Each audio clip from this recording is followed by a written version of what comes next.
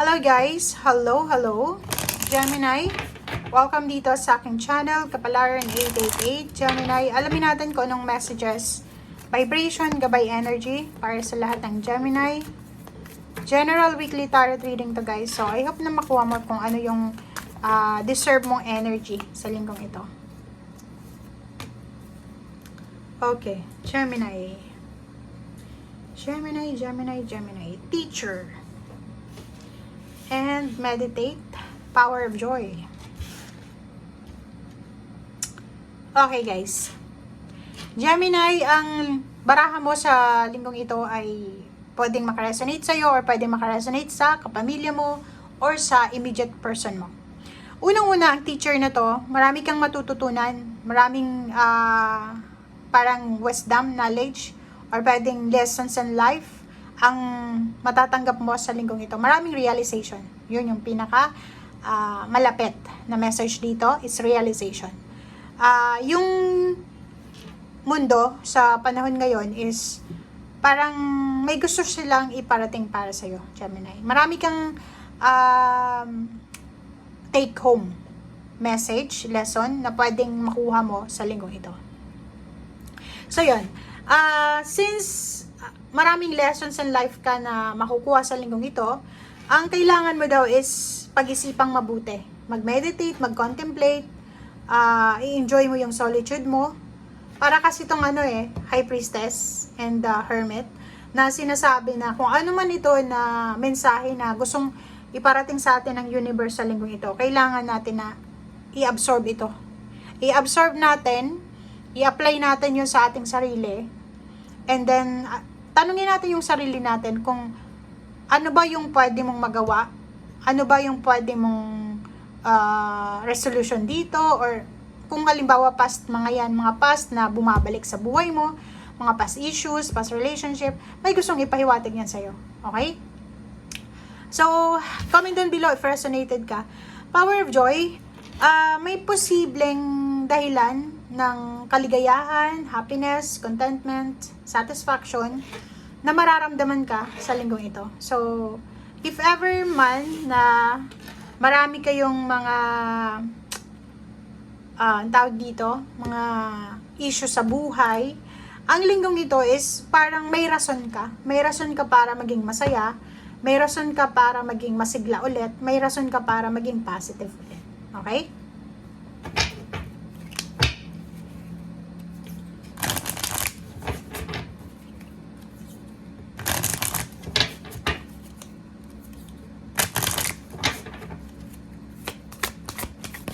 Oops. Okay. Ang dami nito guys, oh. Wow. So, yun. Confirmation siya ng dalawang ito na yung linggong ito para sa you, Gemini, is a contemplation time. Spend time alone, meditating upon what you truly desire. So, ganun din, diba? So, sabi ko nga sa'yo kanina, may mga messages, wisdom, pwede yung intuition mo sobrang active sa linggong ito na gustong ipahiwatig sa'yo ang Panginoon. So, oras na para sa sarili mo, spend time alone, spend time with pets, with nature, yung self mo, self-care, self-love, parang ganun. Okay, next naman is simplify your life. So, this week din, Gemini, sinasabi ng baraha sa'yo na kailangan mong gawing simple. Simulan mo yung simplicity sa buhay mo. I-eliminate mo daw yung mga basura sa bahay mo and work life para mabalance yung flow of activities. Kung wala ka pa namang trabaho, estudyante ka, pwedeng yung mga notebook mo dyan, yung mga nakasave mo sa computer or sa kung anong mga files, pwedeng mo siyang i-declutter na or pwede mo na siyang i-delete or kano pa man. So, atong simplifying your life, pwedeng hindi lang ito sa basura sa bahay natin. Emotion. May mga emotional burdens ka, emotional na dala-dala sa dibdib mo na hindi mo naman kailangan sa everyday na nangyayari sa buhay mo. So, it's time na para i-eliminate mo yung negativity, yung mga basura, trabaho man yan, or relationship, or kung ano pa man yan na sinasabi ng baraha. Okay? Break free.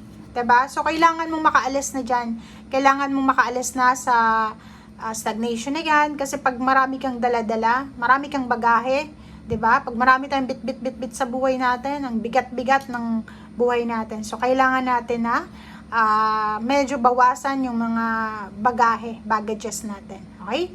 Helpful persons. Nakakaloka.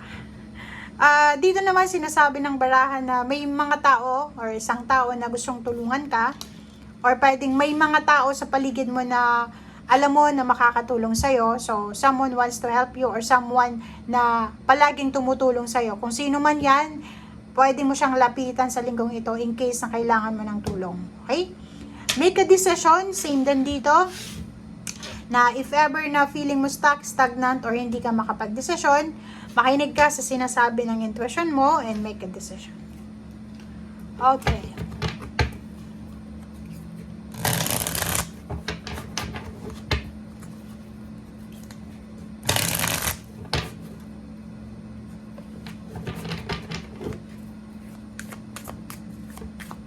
Okay, Gemini. Okay, Hierophants. Number 5. Oh, same din dito. So, tatlo yung baraha mo. Meditate, Hierophant, Contemplate. Tatlo yung baraha mo na nagsasabi na it's a quiet time this week. May mga decision ka na gustong gawin, feeling stuck, indecisive. Mag-meditate ka, mag-contemplate, mag-isip ka, mag-pray ka, and then makinig ka sa intuition mo and make a decision.